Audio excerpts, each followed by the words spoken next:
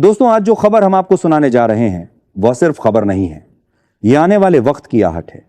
यह उस तूफान की शुरुआत है जिसकी गूंज आपके घर की रसोई तक पहुंच सकती है, आपके जेब के खर्चे को हिला सकती है और शायद आपकी जिंदगी के कई फैसलों को भी बदल सकती है।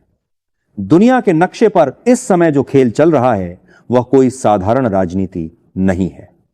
यह एक ऐसा खतरनाक जाल है जिसमें बड़ी बड़ी ताकतें उलझ चुकी हैं और इस जाल के बीचों बीच खड़ा है हमारा भारत। एक तरफ दोस्ती, दूसरी तरफ दबाव। एक तरफ पुराना रिश्ता, दूसरी तरफ नई मजबूरियां। और इसी बीच फंसे हुए हैं हमारे अपने लोग। हमारे 800 भारतीय नाविक जो इस वक्त मौत के साए में सांस ले रहे हैं। यह सिर्फ खबर नहीं, यह एक चेतावनी है कि आने वाले दिनों में क्या होने वाला है। साथियों, मैंने कभी आपसे यह नहीं कहा कि इस चैनल को सब्सक्राइब करें, लाइक करें या शेयर करें, क्योंकि मुझे हमेशा यह भरोसा रहा कि अगर मेरी बात में दम होगा तो लोग खुद ब खुद सुनेंगे। पर हां, अगर आप सच्चे भारतीय हो तो चैनल को सब्सक्राइब जरूर करें। कमेंट में भारत माता की जय जरूर लिखें। दोस्तों, आज जो खबर हम आपको सुनाने जा रहे हैं वह सिर्फ खबर नहीं है, यह आने वाले वक्त की आहट है। यह उस तूफान की शुरुआत है जिसकी गूंज आपके घर की रसोई तक पहुंच सकती है, आपके जेब के खर्चे को हिला सकती है और शायद आपकी जिंदगी के कई फैसलों को भी बदल सकती है। दुनिया के नक्शे पर इस समय जो खेल चल रहा है वह कोई साधारण राजनीति नहीं है। यह एक ऐसा खतरनाक जाल है जिसमें बड़ी बड़ी ताकतें उलझ चुकी हैं और इस जाल के बीचों बीच खड़ा है हमारा भारत। एक तरफ दोस्ती, दूसरी तरफ दबाव, एक तरफ पुराना रिश्ता, दूसरी तरफ नई मजबूरियां। और इसी बीच फंसे हुए हैं हमारे अपने लोग, हमारे 800 भारतीय नाविक जो इस वक्त मौत के साए में सांस ले रहे हैं। यह सिर्फ खबर नहीं, यह एक चेतावनी है कि आने वाले दिनों में क्या होने वाला है। साथियों, मैंने कभी आपसे यह नहीं कहा कि इस चैनल को सब्सक्राइब करें, लाइक करें या शेयर करें, क्योंकि मुझे हमेशा यह भरोसा रहा कि अगर मेरी बात में दम होगा तो लोग खुद ब खुद सुनेंगे। लेकिन आज पहली बार मैं आपसे दिल से एक अपील कर रहा हूं। अगर आपको लगता है कि देश और दुनिया की सच्ची और गहरी जानकारी आप तक पहुंचनी चाहिए, अगर आपको लगता है कि भीड़ से अलग हटकर सच दिखाने वाली आवाज को मजबूत होना चाहिए, तो इस चैनल को अभी सब्सक्राइब कर लीजिए, वीडियो को लाइक कर दीजिए और सबसे जरूरी बात, इस वीडियो को अंत तक जरूर देखिए, क्योंकि आगे जो जानकारी आने वाली है वह शायद आपकी सोच और नजरिया दोनों बदल देगी।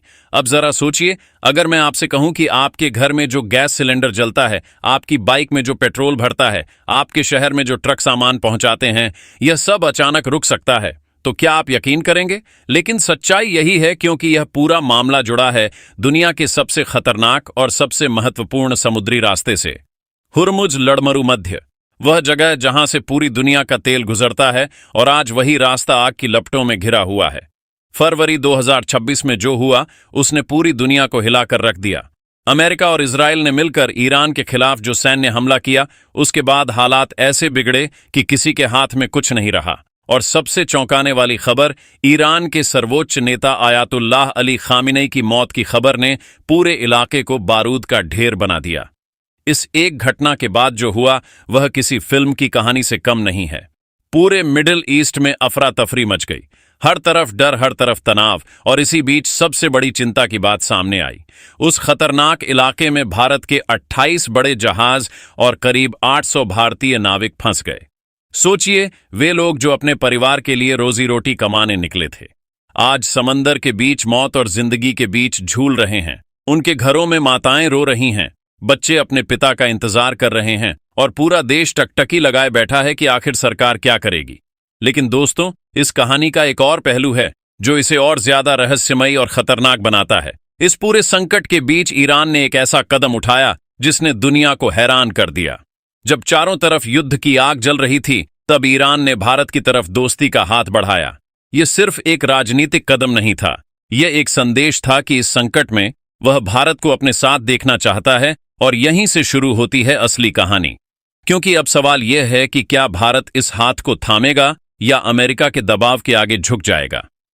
12 मार्च 2026, यह तारीख इतिहास में दर्ज हो सकती है, क्योंकि इसी दिन भारत के प्रधानमंत्री नरेंद्र मोदी ने ईरान के राष्ट्रपति मसूद पेजेशकियन को सीधा फोन किया। यह कोई साधारण बातचीत नहीं थी, यह एक हाई वोल्टेज कूटनीतिक वार्ता थी जिसमें हर शब्द का मतलब था, हर लाइन के पीछे रणनीति छिपी थी। भारत ने साफ कहा, हमारे जहाजों को सुरक्षित रास्ता चाहिए, हमारे नागरिकों को कुछ नहीं होना चाहिए। यह सिर्फ एक मांग नहीं थी, ये एक चेतावनी भी थी कि भारत अपने लोगों की सुरक्षा के लिए किसी भी हद तक जा सकता है। लेकिन दोस्तों, कहानी यहां खत्म नहीं होती। असली खेल तो अब शुरू होता है, क्योंकि दूसरी तरफ अमेरिका खड़ा है, दुनिया की सबसे बड़ी ताकत जो लगातार भारत पर दबाव बना रहा है। अमेरिका चाहता है कि भारत ईरान से दूरी बनाए, उसके साथ व्यापार बंद करे, उसके प्रोजेक्ट से बाहर निकले, और इसी दबाव के कारण भारत आज एक ऐसे चौराहे पर खड़ा है जहां हर रास्ता खतरनाक है। अगर भारत ईरान का साथ देता है तो अमेरिका नाराज होगा, और अगर अमेरिका की बात मानता है तो ईरान दूर हो जाएगा। अब यहां एक बहुत बड़ा सवाल उठता है, आखिर ईरान को भारत से ही इतनी उम्मीद क्यों है? क्यों वह चीन या रूस की बजाय भारत की तरफ देख रहा है? इसका जवाब छिपा है उस रिश्ते में जो दशकों से बना है, चाबहार बंदरगाह। यह सिर्फ एक पोर्ट नहीं है, यह भारत का सपना है। करीब $500 मिलियन का निवेश, सालों की मेहनत और एक ऐसी रणनीति जिससे भारत पाकिस्तान को बाईपास करके सीधे अफगानिस्तान और मध्य एशिया तक पहुंच सकता है। यह वही रास्ता है जो भारत को नई ताकत देता है। और सिर्फ इतना ही नहीं, इसके पीछे छिपा है एक और बड़ा game, international north south transport corridor.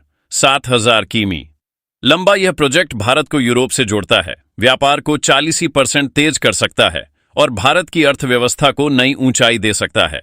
और अगर यह सब सफल होता है तो भारत सिर्फ एक देश नहीं रहेगा, बल्कि एक ग्लोबल ट्रेड सुपर पावर बन सकता है। लेकिन दोस्तों, हर कहानी में एक विलन होता है, और इस कहानी में वो है चीन। जी हां, चीन चुपचाप इस पूरे खेल को देख रहा है। साल 2021 में ही उसने ईरान के साथ $400 अरब का समझौता कर लिया था। वह इंतजार कर रहा है कि भारत एक छोटी सी गलती करे और वह चाबहार पर कब्जा जमा ले। अगर ऐसा हुआ तो भारत के सारे सपने टूट सकते हैं। और इसी बीच एक और बड़ा खतरा मंडरा रहा है। अगर हुरमुज का रास्ता बंद हुआ तो भारत की अर्थव्यवस्था हिल जाएगी। पेट्रोल के दाम 2 गुने हो सकते हैं, गैस सिलेंडर आम आदमी की पहुंच से बाहर हो सकता है और महंगाई आसमान छू सकती है।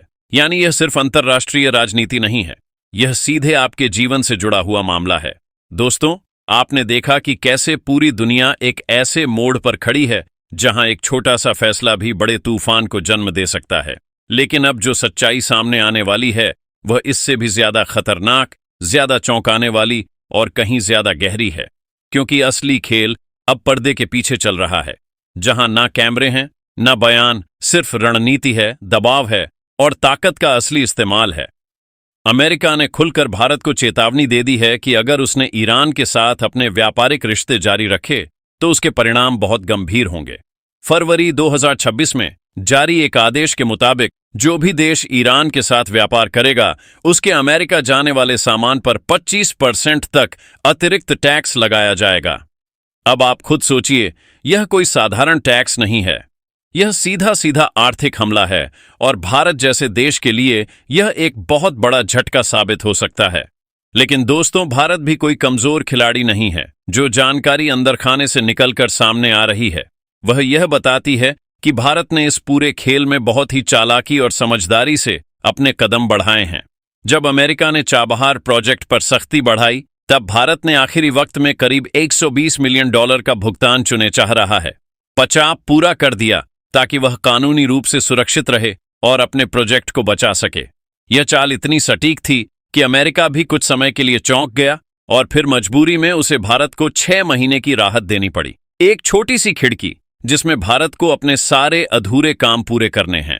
यह राहत 26 अप्रैल 2026 तक है, यानी समय बहुत कम है और दांव बहुत बड़ा। अब जरा इस पूरे खेल के सबसे भावुक और सबसे दर्दनाक हिस्से की तरफ चलते हैं। वे 800 भारतीय नाविक जो इस वक्त हुरमुज के उसी खतरनाक इलाके में फंसे हुए हैं जहां हर पल मौत मंडरा रही है।